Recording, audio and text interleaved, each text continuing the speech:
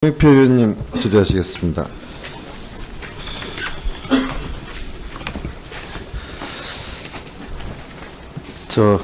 지금 2008년 이후에 하여간 무리한 해외 자원 개발 때문에 막대한 국가적 손실이 발생하고 있습니다.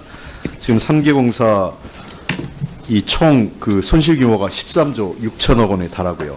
지금 이 부실 규모 보시면 잘 아시겠지만 급격하게 2008년 이후부터 뛰어오르기 시작합니다. 부채 규모가 이 52조까지 올라가요. 그 이후에는 거의 정체되는데 사실상 2013년에서 2016년 그것도 대부분 이명박 정부 시절에 있었던 부실이 누적되면서 이루어지는 거죠. 이게 말도 안 되는 일들이 이렇게 벌어져요. 지금 석유공사 같은 경우 금년 연말 가면 부채 비율이 한 680%쯤 되죠? 예, 그렇습니다. 이 회수율도 보면 2007년도 이전에 추진한 사업은 3사 합계가 한 92% 됩니다. 근데 2008년 이후에 추진한 사업은 21%밖에 안 돼요. 이게 이 정도면요. 아까 몇몇 의원님 지적하시면 투자 실패가 아니라 거의 투자를 빌미한 사기행위입니다. 국민 기만행위고요. 이 정권 차원에서 했다고 봐도 과언이 아니죠. 특히나 그 노무현 정부 이전에 이루어진 해외 자원개발 사업은 시추 탐사 사업이었기 때문에 상대적으로 확률이 낮은 사업이었어요. 투자 규모는 작지만. 시추 탐사 사업 같은 경우 실패 확률이 높습니다. 그렇죠? 네. 근데 이후에 MB 정부 시절에 이루어진 사업들은 대개 그 생산 개발 사업들에 들어간 거예요. 그것도 지분 투자 개념으로. 이거는 이미 뻔히 기업의 그 상태, 그 다음에 자원의 이 존재 상태를, 부전 상태를 충분히 인지한 상태에서도 이렇게 이 적자 발생하고 실패했다는 거는 거의 이거는 고의적으로 이러지 않으면 이런 일이 있을 수 없는 일입니다. 그래서 제가 투자 실패가 아니라 투자 사기라고 얘기하는 겁니다. 자, 보시죠. 과도한 차입 때문에 지금 이자 부담만 2008년 이후에 5조 원이 넘어요. 석유공사 지금 이자 부담이 얼마입니까, 연간? 연간 한 4,200억 정도 됩니다. 가스공사 얼마 됩니까? 이자 부담. 이자 부담 맞습니다. 7천억 정도 됩니다. 그 다음에 그 광물공사 어떻게 됩니까? 예, 뭐 1,100억, 뭐 1,200억 이렇게 됩니다. 자, 합치면 연간 한 1조 2천억쯤 되겠네요. 그죠? 1조 한 2, 3천억 되겠습니다. 3, 4만 합쳐서. 그냥 금융비용만 이렇습니다. 이게 이 자원외교가 실패했다는 내용은 이미 이명박 정부 시절 자체 평가에서도 나왔어요. 총리실 주관의 제17차 에너지 협력 외교 지원 협의회에서 보면 문제점 지적합니다. 이 3월 달에. 굉장히 비효율적이라고 얘기를 하고 있어요. 그 다음에 연말에 있었던 제18차 에너지 협력 외교 지원 협의회 보면 에너지 경제원 보고 자료인데 향후 에너지 협력 외교 추진 방향에서 이게 매우 심각한 문제를 지적을 하고 있어요. 이미 이명박 정부 말기에 가면 스스로 이 문제점들을 지적을 한 거죠. 다음 페이지 넘겨보죠. 자, 이게 왜 이렇게 했냐면 정권 차원에서 홍보에만 치중한 거예요. 다 거짓말입니다. 하베스 사업 같은 경우도 매장량이 그 당시에는 이게 얼마예요? 2억 1,900만 거의 2억 2천만 배럴 해당한다고 하는데 실제로는 한 70%인 1억 7천만 배럴에 불과해요. 일일 생산량도 다 줄어들고 있어요. 이게 한두 개가 아닙니다. 하베스트, 나을 사업, 크루드, 나는 이미 2조 원 적자 보고 팔았고, 크루드 5개 광구, 카작 슌베, 페루, 사비아 페루 사업 등, 그 다음에 UAE 3개 광구, 다나 사업 다 마찬가지예요. 그 당시에 정권 차원에서 홍보한 거는 나중에 제가 이 자료 그냥 보세요. 다 자기들이 갖고 있는 거 아닙니까? 이 당시 MOU 체결하고 계약 체결했을 때에는 과히 뻥튀기 발표를 해놓고 실제 지금 경영실적 평가에는 다 그때보다 어떤 건 심지어 3분의 1도 안 돼요. 가치가. 이러니까 제가 투자 실패가 아니라 투자 사기라고 얘기하는 거죠. 강효원 당시 사장이나 김신종 사장이 저는 1심, 2심에서 무죄 판결 받은 건 사실상 지난 정권에서 검찰 수사가 미진했던 겁니다. 그리고 3사가 적극적으로 이거에 대해서 이 진실을 파헤치고 자료를 검찰에 제출하지 않았기 때문에 단순히 손해만 봤다는 것으로 고의성을 입증을 못하니까 법원에서 배임죄를 그 죄를 묻지 못한 거였어요. 김신정하고 강영원 이 두 사람한테 그냥 저는 이 뭐랄까 면죄부 줄까 걱정입니다. 이렇게 막대한 손실 만들어 놓고 물론 그 위에 이명박 대통령을 비롯해서 이상득 그리고 그 당시 장관했던 윤상직, 최경환 두 장관도 다 책임 있죠. 이 사람들 다 빠져나와도 자기들은 아무 책임 없듯이 뒷짐지고 있고 뭐 하는 짓인지 모르겠습니다. 그러니까 그렇기 때문에 저는 제대로 된 감사원 감사나 검찰 수사가 이루어진다고 자꾸 얘기하는 겁니다. 지금까지 제대로 된 수사를 한 적이 없어요, 검찰이. 박근혜 정부 당시에서 이거 제대로 검찰이 수사했어요? 봐주기 수사한 거지?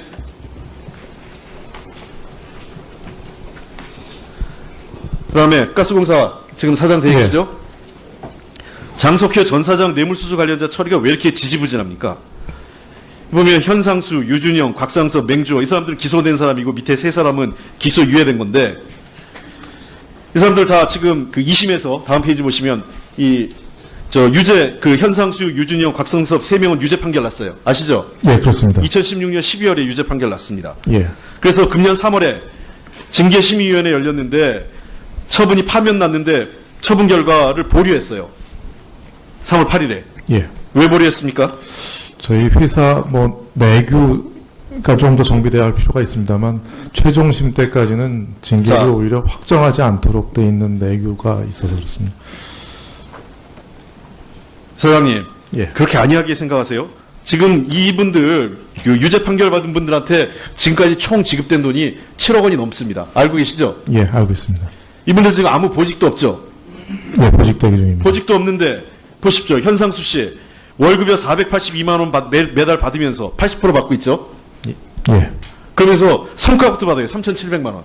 성과급은 뭔가 일을 한 사람한테 주는 거 아니에요?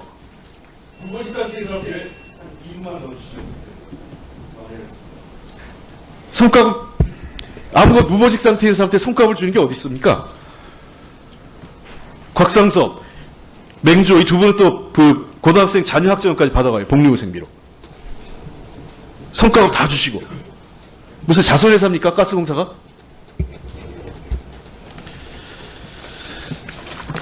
이와 관련해서 그 법률 검토 받으셨어요? 안 받으셨어요? 예, 법률 검토 받았습니다. 뭐라고 나왔습니까? 결론이. 그 현재 사규 자체에 대해서는 최종적으로 신급이 확정될 때까지 징계를 확정할 수 없다라는 저희 사규 자체에 좀 문제가 있는 것 제가 같습니다. 얘기할게요. 김현장에서 법률점은 받았는데 김현장 의견이 형사사건 최종 재판 결과 기다리지 않고도 징계 절차 착수할 수 있다고 그랬죠. 그래서 징계 절차 들어갔습니다. 그죠? 그리고 이 사건 근로자들은 해임, 파면, 징계 양정이 적절하다고 의견을 냅니다. 그 다음에 이의를 제기하더라도 승소 가능성이 높지 않다고 합니다. 가스공사가 그 이전에 이와 유사 이거보다 훨씬 적은 금액을 수수한 사람도 다 그 파면 처리했어요. 그렇죠? 예, 그렇습니다. 파면 처리한 다음에 나중에 이 사람들이 무죄 판결 받으면 소급해서 그 월급을 돌려주면 될 거 아니에요. 무죄 판결 받았을 때. 왜 이걸 안고 있습니까? 응? 성과급하고 다 주면서. 근태 관리도 엉망이에요. 이 사람들 그 징계 상태에서 무보직이라고 그 근태 관리 합니까? 출퇴근하는 것도 확인도 안 하고 있죠. 출근하고 있어요?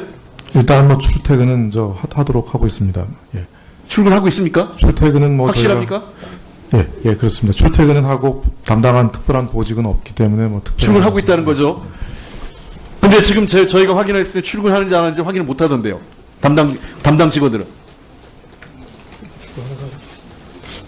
일단 출퇴근을 하는 걸 원칙으로 해서 하는 걸로 저희가 계속 지시 내리고 이렇게 확인하고 있습니다. 원칙이 아니라 예. 하고 있냐 안 하고 있냐. 출근하는 걸로 제가 알고 있습니다. 예. 다시 한번 확인해서 예, 알려드리겠습니다. 보고해 주시고요. 지금 안 사장 대리께서 이 징계 소극적이라고 하는데 같은 직장에 동료라고 해서 이게 가주게 하는 거 아니에요? 이거 빨리 처리해서 어떻게 할 건지 종강 때까지 보고를 하세요. 네, 그렇게 하겠습니다. 처리하고 징계 절차 완료하는 게 맞다고 생각합니다. 예, 그렇게 하겠습니다. 네, 홍익배님 수고하셨습니다. 다음은 김도읍 위원님 질의하시겠습니다. 본질이 들어가기 전에 우리 강원랜드 청렴감사팀장 윤호찬 한 4,200억 정도 됩니다. 가스공사 얼마 됩니까? 이자보다. 이제 7천억 정도 됩니다. 그 다음에 그 광물공사 어떻게 됩니까? 예, 뭐 1,100억, 뭐 1,200억 이렇게 됩니다. 자, 합치면 연간 한 1조 2천억쯤 되겠네요. 그죠? 1조 한 2, 3천억 되겠습니다. 3, 4만 합쳐서. 그냥 금융비용만 이렇습니다. 이게 이 자원외교가 실패했다는 내용은 이미 이명박 정부 시절 자체 평가에서도 나왔어요. 총리실 주관의 제17차 에너지 협력 외교 지원 협의회에서 보면 문제점 지적합니다. 이 3월 달에.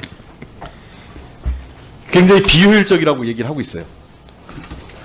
그 다음에 연말에 있었던 제18차 에너지 협력 지원 협의회 보면 홍익표 의원님 질의하시겠습니다.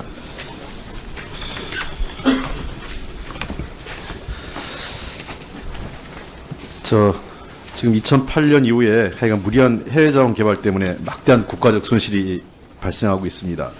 지금 3개 공사 이 총 그 손실 규모가 13조 6천억 원에 달하고요. 지금 이 부실 규모 보시면 잘 아시겠지만 급격하게 2008년 이후부터 뛰어오르기 시작합니다. 부채 규모가 이 52조까지 올라가요.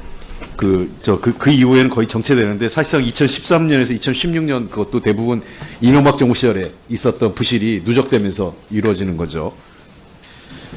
이게 말도 안 되는 일들이 이렇게 벌어져요. 지금 석유공사 같은 경우 금년 연말 가면 부채 비율이 한 680%쯤 되죠? 예, 그렇습니다. 이게 회수율도 보면 2007년도 이전에 추진한 사업은 3사 합계가 한 92% 됩니다. 근데 2008년 이후에 추진한 사업은 21%밖에 안 돼요. 이게 이 정도면요. 아까 몇몇 의원님 지적하시면 투자 실패가 아니라 거의 투자를 빌미한 사기행위입니다. 국민 기만행위고요. 이 정권 차원에서 했다고 봐도 과언이 아니죠. 특히나 그 노무현 정부 이전에 이루어진 해외 자원개발 사업은 시추 탐사 사업이었기 때문에 상대적으로 확률이 낮은 사업이었어요. 투자 규모는 작지만 시추 탐사 사업 같은 경우 실패 확률이 높습니다. 그렇죠? 근데 이후에 MB 정부 시절에 이루어진 사업들은 대개 그 생산 개발 사업들에 들어간 거예요. 그것도 지분 투자 개념으로.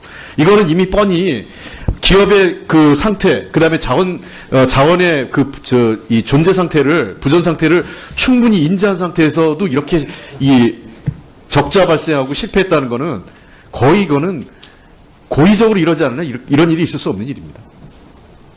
그래서 제가 투자 실패가 아니라 투자 사기라고 얘기하는 겁니다. 자, 보시죠. 과도한 차입 때문에 지금 이자 부담만 2008년 이후에 5조 원이 넘어요. 석유공사 지금 이자 부담이 얼마입니까, 연간? 에너지경제원 보고자료인데 향후 에너지 협력의 추진 방향에서 이게 매우 심각한 문제를 지적을 하고 있어요. 이미 이명박 정부 말기에 가면 스스로 이 문제점들을 지적을 한 거죠. 다음 페이지 넘겨보죠. 자, 이게 왜 이렇게 했냐면 정권 차원에서 홍보에만 치중한 거예요. 다 거짓말입니다. 하베스 사업 같은 경우도 매장량이 그 당시에는 200 이게 얼마예요? 2억 1,900만 거의 2억 2천만 배럴 다 해당한다고 하는데 실제로는 한 70%인 1억 7천만 배럴에 불과해요. 일일 생산량도 다 줄어들고 있어요. 이게 한두 개가 아닙니다. 하베스트, 나을 사업, 크루드, 나는 이미 2조 원 적자 보고 팔았고 크루드 5개가